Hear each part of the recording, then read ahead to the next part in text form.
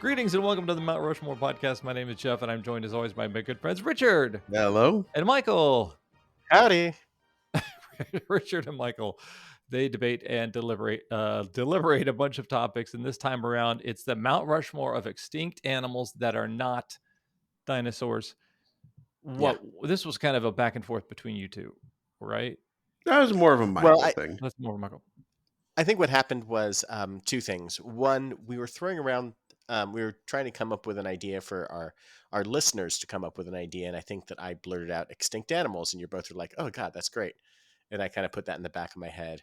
And then, of course, over the weekend, we took the boy to the La Brea Tar Pits here in Los Angeles, and that thing is just a big, puddle of mud full of like dead elephants and stuff like that. So it's just kind of been in my head for the last day or so. And then when we were trying to really settle in on an idea, kind of the two things converged in my head as we were throwing around ideas. So, and extinct animals, they can happen because of nature. They can happen because of mankind. They can happen because, I don't know, maybe they just failed as a creature. Maybe there's just something about them that's just like, no, it's this. You worked for a little bit of time, and then something replaced you, and that's okay.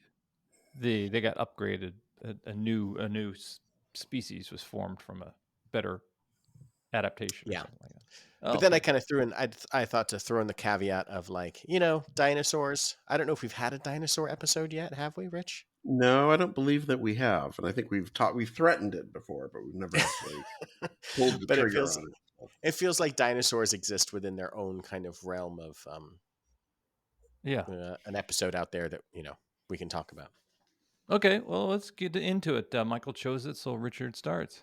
All right, so my first choice, and I'm kind of thinking a little bit about categories here, not totally as much as Michael used to, but I was thinking of the category of just plain weird looking animals, and I just posted in the chat to you guys so you can pull it up and see for yourself. Ooh, exciting. But it is the Dinotherium, which is... I hear Ice-T saying this on an episode of a Law and Order or something like that. The kids doing it. The kids are doing Dinotherium today. It's this new street drug called Dinotherium. Actually, it sounds more like a crypto coin. Oh, yeah. Oh, totally it does. Totally. Yeah. You got to invest in that Dinotherium before... Now, the Dinotherium was a... it looks like a work in progress. I got to tell you. It looks like somebody said, what if we took an elephant and mixed it with a tapir?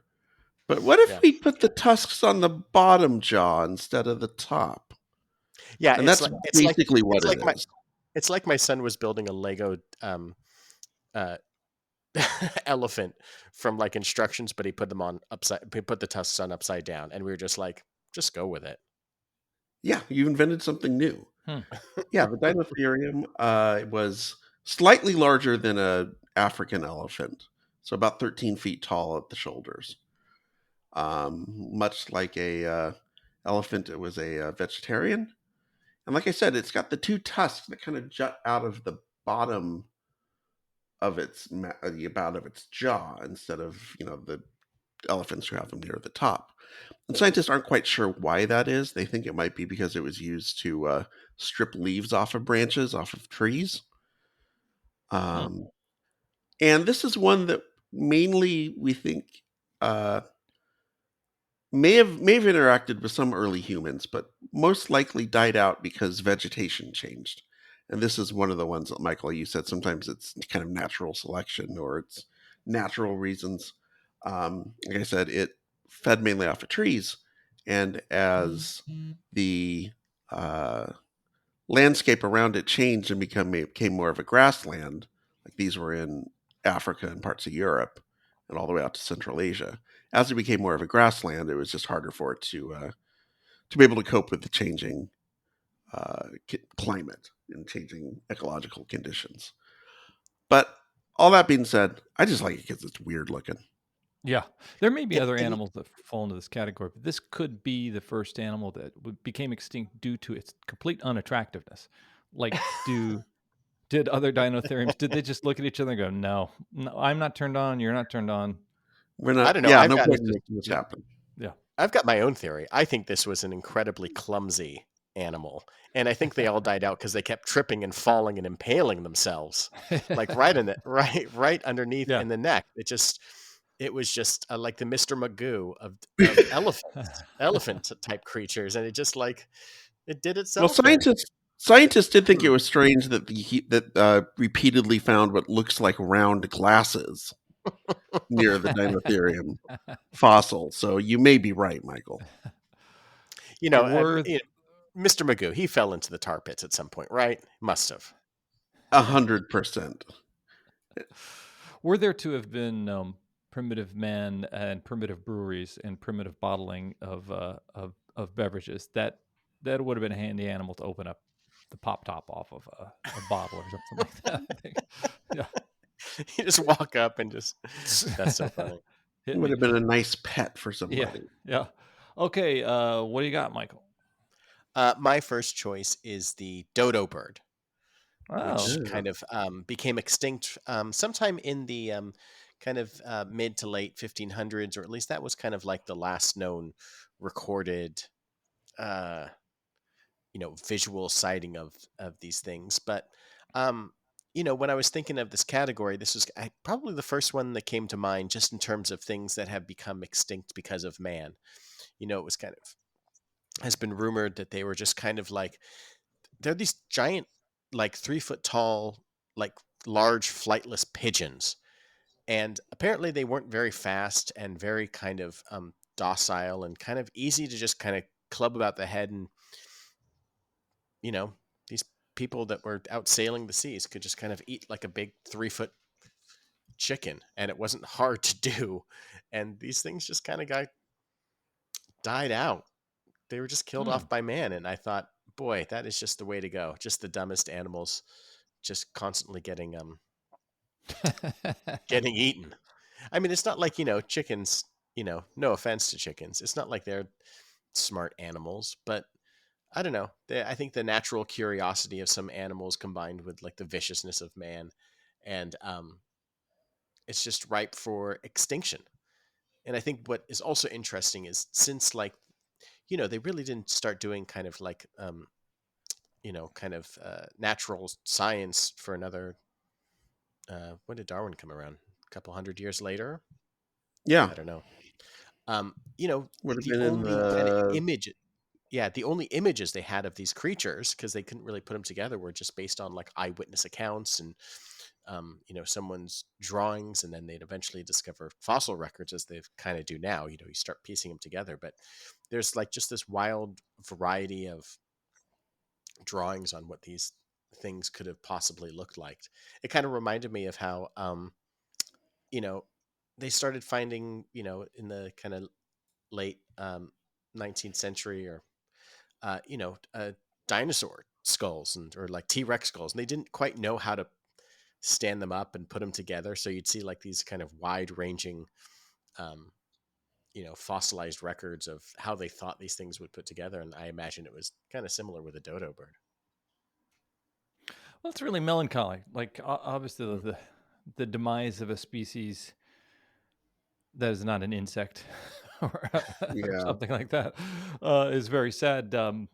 But yeah, this just seems like a harmless, helpless kind of creature that had existed for a long time until uh, the human species came to kind of wipe them out. That's too bad. And before we might know that there's more sustainable way to harvest some or preserve the others. I mean, Yeah. what if this thing was just like awful in terms of like, I mean, it must have tasted delicious, but what if it just had like the most awful like bird call, and like maybe that's, we don't know what drove people to kill them off, other than hunger and sailing the seas. But what if they just sounded awful? What if they're just terrible Yeah. creatures, and we're glad they're dead now? There In was my a trying to justify the slaughter of an entire species. That's what it is in my head. just Oh, they were awful. there was one description I found in which sailors were saying that when you grab one with your hands and hold it. It makes a big noise, and the other ones would come running to help it. And then you get those two. So they were very innocent, helpful, good Samaritans. So sad. Oh man. All right, man, Freddy. Oh, you That's done? great. Okay. No, What's your yeah. second one, Richard? Well, Go for it. speaking of birds, Uh-oh. let's talk about the passenger pigeon for a second. Also on my Mhm. list. When am I not talking about that? Is it? Is it? Okay. Yeah. Yeah, at one point, 25 to 40% of the total bird population in the United States was made up of passenger pigeons. I didn't know that's different than a regular pigeon. Yeah, they fly faster. They're a little bit like a mourning dove, but they're a little bit different. When they estimate that when Europeans discovered America, there were between 3 to 5 billion passenger pigeons in the United States. Wow. And somehow by the early 1900s, we killed them all off. Oh. They would swarm in America of spacious skies. They would what, Michael? swarm in such great clouds of birds that they would like blacken the sky when they would like return home from the winter. And it was estimated that like 200,000 of them were killed in like one day because they just swooped down and people would just club them. And you could just swing a bat and just kill these things willy-nilly. Yeah, they were considered to be food, like a kind of a cheap poultry. They were also prized for their feathers. Yeah, like Michael said, there was in one episode in Petoskey, Michigan, in 1878, when 50,000 birds per day were killed, and that rate continued for 5 months. That's horrifying. Yeah, and then somehow we were surprised by the 1890s that the passenger pigeon basically had disappeared at that point. It's like the only good thing that came out of the massacre of the most wide. I mean, this would be like if doves just disappeared. Mm-hmm. The only good thing that came out of it is people kind of realized, wait a second, maybe we should do something to help protect animals, especially ones that are starting to go extinct. Yeah. So the death of the passenger pigeon was really kind of at least partially responsible for the start of the eco-conservation movement. Wow, exactly. Didn't know that. That's really interesting. Yeah. Is that unlike, say, a platypus or something that's very unique? That was just maybe just the sheer volume of what we had before. Like, were the buffalo to have been completely extinct, it would be such an amazing statement due to the huge hurt and the enormous population that existed at one point. Like, what a profound change humans or destructive force humans had shown to have. But it wasn't necessarily, they weren't very special. They were just a lot of them. Yeah, I mean, again, 3 to 5 billion at one point, not million, billion, and we managed to get rid of them in a few hundred years. Wow. I think Good job. I think near the turn of the 19th century, the kind of what am I trying to say? The invention of like the national parks here in America, with the help a lot of like Teddy Roosevelt and kind of the writings of like John Muir, and like these sorts of realization that the American West, in some sense, needed to be preserved, I think went a long way. I think the rise of that sort of like realizing that there is a kind of national landscape that needs to be preserved. Plus, I'm sure that death of all of these pigeons at the same time kind of probably went hand in hand. I mean, someone's realized like all these things are happening at the same time, and then there's a real big movement that kind of happened that led to conservation and acknowledging that man's footprint in the world has kind of gone too far. So yeah, let's clean up our act before we lose the emperor penguin, because that's a cool animal. Yeah. Yeah. So we're at our emperor penguin. Yeah, you're on watch. Yeah, You're could on be you notice. next. And then let's just close out the Yeah. passenger Oh yeah. pigeon by saying, having said all of this about the horrible destruction of the passenger pigeon and what it means to about us humans and how awful we are. I would 100% like to know what passenger pigeon tasted like. A little bit Yeah. like dodo. Oh, does it? Okay. Yeah. It tastes like dodo is the punchline for that joke.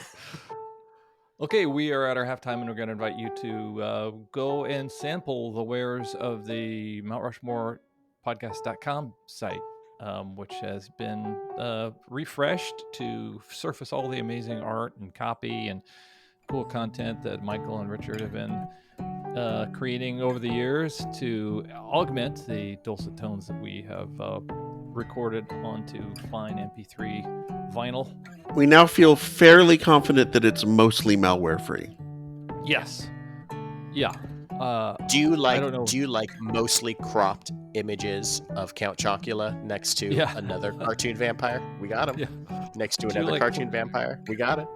Clip Maybe art a fourth. We got it. Have the rights to. So yeah, you know what's fun though, to go out and just start clicking on tags and topics, and then just see how redundant we are. Click on The Simpsons. You'll click on Andre the Giant. You'll probably find 5 or 6 different. Right, I'm gonna click on Andre the Giant right now. I'm gonna see how many. Maybe it's just one. Is it just one? We've talked about him a couple of times. Yeah, must have. Well, yeah, he will. If by the time I have him tagged in everything. We mention it. He's going to be half the site right there. Well, he is the eighth wonder of the world. So that doesn't make sense. Absolutely. So yeah, go out there and check it out, and then we dare you to come up with a topic we haven't tackled, and then we dare you to have the audacity to suggest it to us. Seriously, actually, we would like that a lot, to suggest a topic that we could tackle on our podcast. Previous suggestors have ended up being guests, so that would be a lot of fun. And then you can click through from the site, likely somehow, to the episodes, and then download, rate, and review them, and leave comments on the site. We would love to have some feedback on the posts, and type in your idea of what we should have said or a better topic. And dudes, I think we're back with Richard's third, unless we want Michael's third. No, we can go with mine. Yeah. Okay. Oh, what it? You're yours. Whatever. Fine. We doubled on pigeon, passenger pigeon. Go for it, Michael. Fine. That's great. Wow. Sarcasm, not Punchy. Extinct. God, alive and well, no matter how hard we try to kill it. Smilodon, a.k.a. the Sabertooth Cat, a.k.a. Boy, the just darn best looking animal that I've ever seen. Wow. Smilodon. And I think this was definitely came about via my exposure to the tar pits over this past weekend, just seeing my kids' utter joy in seeing this animatronic cat sink its giant fangs into this helpless giant ground sloth. Right. And he was just sitting there watching, being like, is he really biting? I was like, well, I think it's a robot, but yeah, he's really giving it the what for? Try. Yeah. Now, these giant cats lived between 2.5 million and 10,000 years ago, when they kind of died out with the one of the last ice ages. And my guess is that they died out via a combination of human hunting, as humans kind of became more proficient, and just being kind of too big to survive the ice age. It seemed like so many of these creatures, like Mastodon, just really didn't have the chops to survive past the cold, changing weather. And I don't know. I've seen the documentaries before. I've seen that Diego lived in the Ice Age with Manny, the giant woolly mammoth. That's true. I forgot about that, and I forgot about how they did also encounter a T-Rex frozen within the bowels of an ice cave. That's true. These things do happen. Yes. I think the Smilodon or the Sabertooth Tiger, just the audacity for nature to grow something like this, kind of like your previous choice of the what was it, Dinotherium, Dinotherium, yeah. where nature has, it does a couple of things. It has like, it makes really sensible choices, and then it makes these really kind of extravagant choices, these really like insane, like, oh, it can have teeth that can, bite into you and kill you, but what if they were like, these foot long giant things that stick out of its mouth that aren't actually used for the eating of this animal, but they're just used for impaling it. And it's like, all right, well, let's see how far we can take that. It does And seem like I don't know, they're just evolution crazy. just trying to getting before evolution had that much finesse. Kind of. Yeah, it was just like, boy, you need something that'll slash something's neck. How about 8 foot long fangs? Not a Uh, tiger, by the way. You keep calling it a tiger, and it's not I know related to a tiger. it's more of a mountain lion, but it's like one of those things that you're just so used to saying that you can't help but say it. It's like being, I guess, Jeff, you're now in Florida. Is everything a Coke down there, no matter what, or is it A pop? Coke? What do they call it? A cola? Oh, sorry. Oh, like Sprite Coke or Pop? It's a no, uh, pop's the Midwest. Orlando. I've been informed is a liberal oasis with is Mm. unlike the rest of Florida, so it's hard to get a gauge on it. This is where it's the entertainment and capital of Florida. So True. yeah.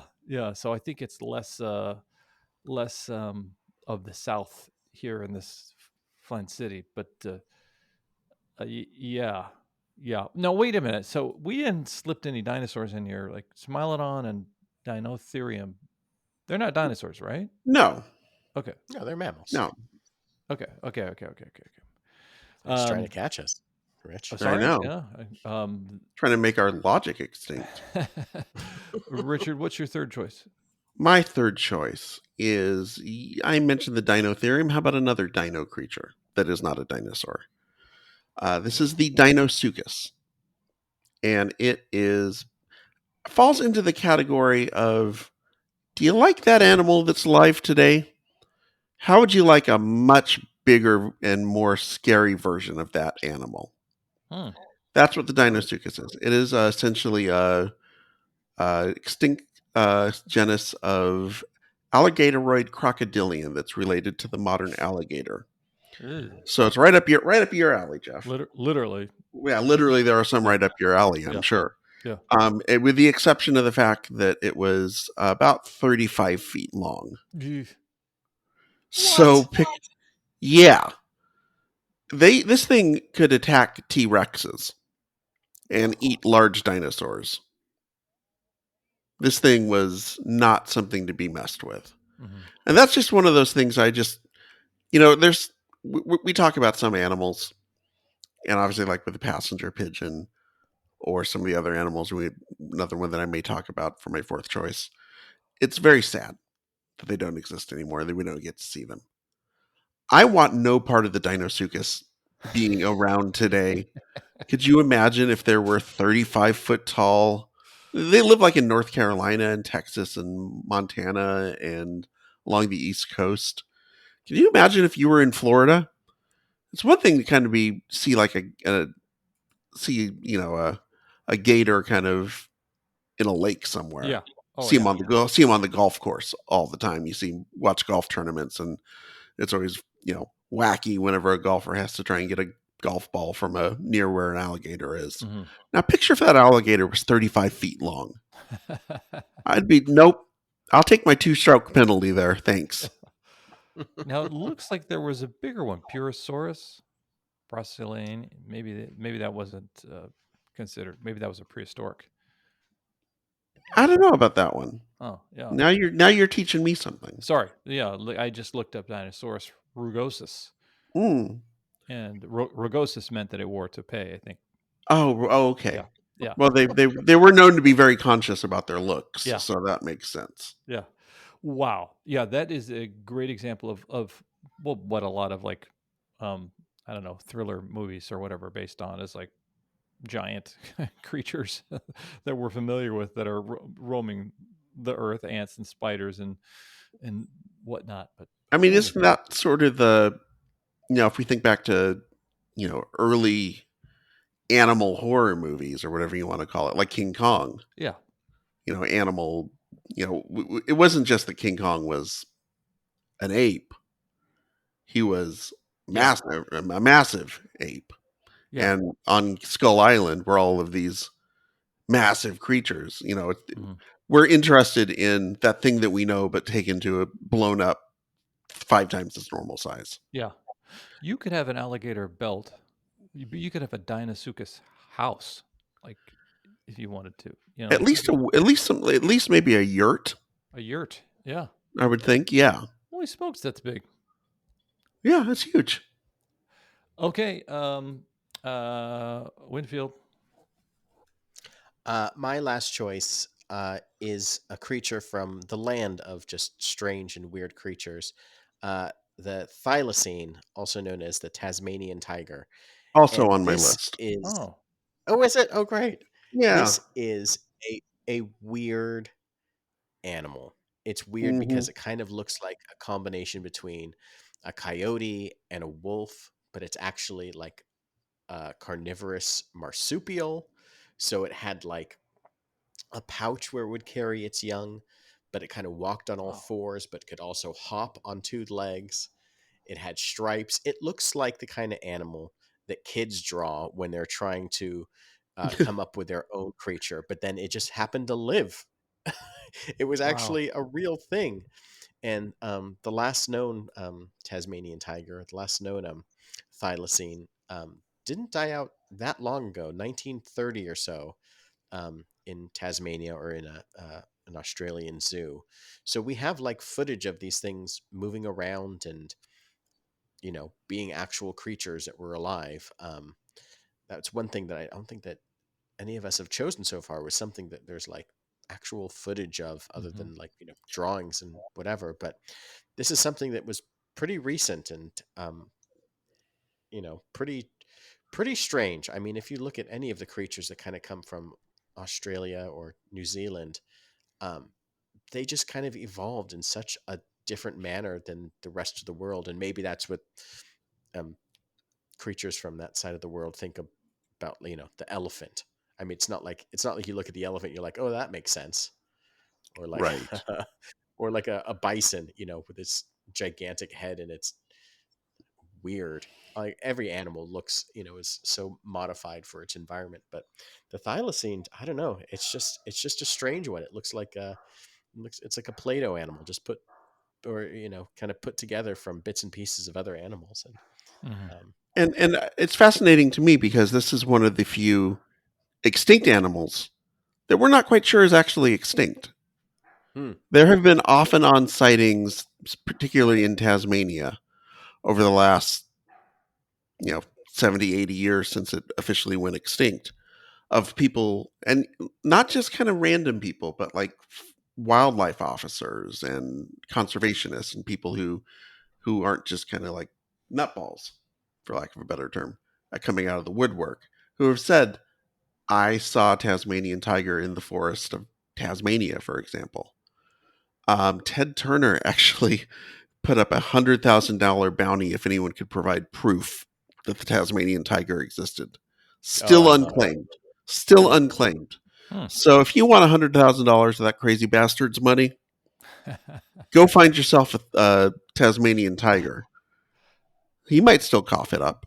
If there are any Tasmanian tigers listening to this podcast, Yes, Hmm. I and know you'd we're like to big. see, We're big in the Tasmanian community. yeah, So absolutely. Please step forward. And previous tigers have been guests on the podcast. that's true. Tony the Yeah, tiger was. Tony the Tiger, Tiger Woods. He was slurring. We didn't understand Yeah, what we he was kind saying. of couldn't release that Yeah. episode, but Well, I guess the let's. I guess that now let's time to judge. I think the time to make truth some of is, these animals extinct from yeah, your list. is it true that we do have Pigeon, thylacine. Those are our two, so those can go on because each of you chose it. The dodo bird was so sad. Story. I'd kind of like to go with with that, and I'm gonna say let's go with Smilodon too. All right. All right. Yeah. It's a heavy Michael win, I feel like, this week. Yeah, that's quite the effort there, Michael. Yeah. All right. My point of view is shall live forever. I will never be smote down by my hubris or by another human clubbing me over the head, which might be Richard. We would like to acknowledge our latest sponsor, which is a food delivery service where you can eat extinct animals. Komodo Dragon is the special this month. So if you go to our site, it's use just the spelled coupon. KM''D. Yeah. We got to remove some letters. Yeah. So go to extinctfoods.com, sign up, enter the code Get Rushmore. Rushmore, you get 20% off discount your first 3 orders. Discounted foods. Okay, dudes, this has been the Mount Rushmore of extinct animals that are not dinosaurs. For now, I'm Jeff. I'm Richard. I'm Michael. We did